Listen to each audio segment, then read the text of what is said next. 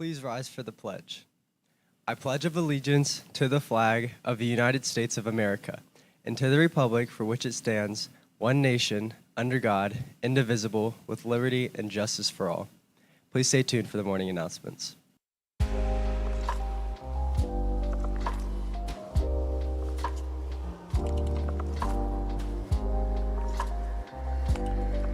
Good morning, Broncos. Today is an A-Day.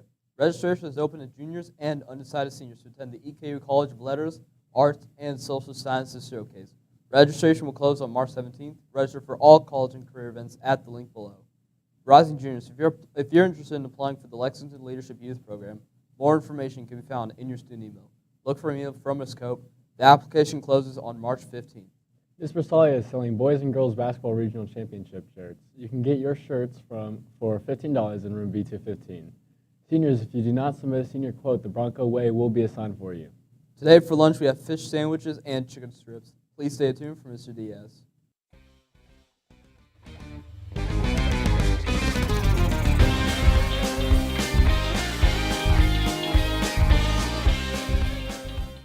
Good morning, Broncos. Welcome back to another sports update. A lot has happened since last Tuesday. The girls basketball team won the regional championship game against Lexington Catholic, but then sadly lost their first game in the Sweet 16, 59-57. The girls had a great season, finishing off with 24 wins and 9 losses, which is history here at Douglas. On to the boys basketball team. They also won the regional championship in a nail-biting game against Lexington Catholic, with Armello Boone hitting a last-second three, and our defense getting a needed turnover with 1 second left. The boys have their first game in Rupp March 16th at 6 against Martin County. For girls lacrosse this week, on Monday we took a loss against Scott County 15-11 and another loss to Dunbar Wednesday 11-6. Tonight they have a game against Notre Dame Academy, and tomorrow our boys lacrosse team goes up against South Warren. That's all for today. Stay tuned next week for another sports update. Once again, Broncos country, let's ride.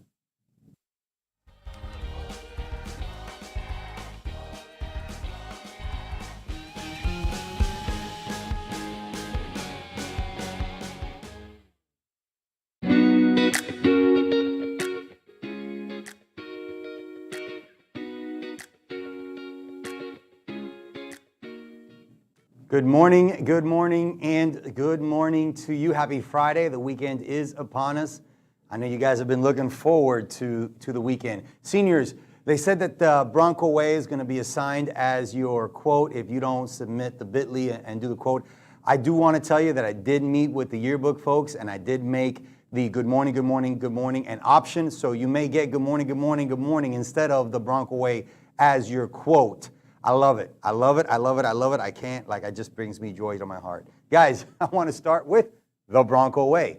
Be safe, be respectful, and be responsible. I want to remind you that you earn EOS points every period, every day by being on time, on task, using appropriate language, appropriate electronics, being respectful, being responsible. We're trying to classically condition you to get to your class on time by implementing a tardy table system. A tardy table system will result in lunch detention, after school detention, safe time, all kinds of consequences if you don't get to your classes on time. Because if you can't get to work on time, you're probably not going to be working there very long. That is something that our employers want, and they said it is important to them.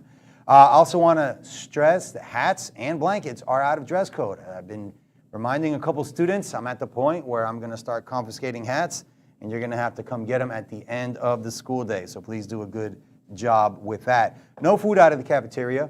We've done a lot better job. And the reason for that is not just you don't know how to throw your stuff away, because 90% of you do know how to throw your stuff away. But when you do throw your stuff away in the classroom, those garbage cans, those containers are emptied out once a day. So if you take breakfast, chocolate milk, for example, and put it in your classroom, that's going to sit there for 12 hours. Whereas the garbage containers in the cafeteria at lunch and breakfast, they're taken out every 30 minutes, right?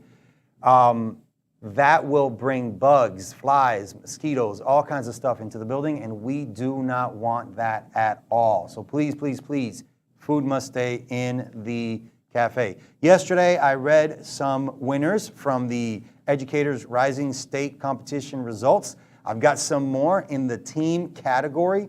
We had our team come in second place in our school. Inside our school is the subcategory. I want to congratulate Ellie Myers, Sydney Faulkner, Jaden Bush, Maltzby, Quentin Christopher. Congratulations to you guys. And we also got second place in Ethical Dilemma, the subcategory Ethical Dilemma for the team category. Layla Reynolds Porter, Jalea Taylor, and Deja Weatherspoon. Congratulations to you guys. Great job. My last announcement has to do with parking. You may not park in the custodial spots. You may not park in the cafeteria spots, and you may not park in the staff spots. I have instructed law enforcement to go out and issue tickets to students that are parking illegally. Well, really not just students, anybody that's parking illegally on our campus. Make sure that you are doing a good job. If you are a co-op student, you may not use the cafeteria doors. You must use the front doors. That's a directive that came to us directly from law enforcement. Please, please, please help us out, do a good job, and go out the appropriate door so the door alarms don't sound and we have security. So the key element here is there's no one there to make sure that as you exit, no one sneaks into the building, versus in the front secure vestibule, we have security ambassadors that will not allow anyone to sneak in the building. You come out and someone sneaks in, we have a huge, huge, huge security breach. You must use the front door. If you're a co-op student and you're leaving campus before 3:15, you must park in the appropriate spots. I'm Lester Diaz, your principal, and it is an honor and a privilege to serve you in this capacity.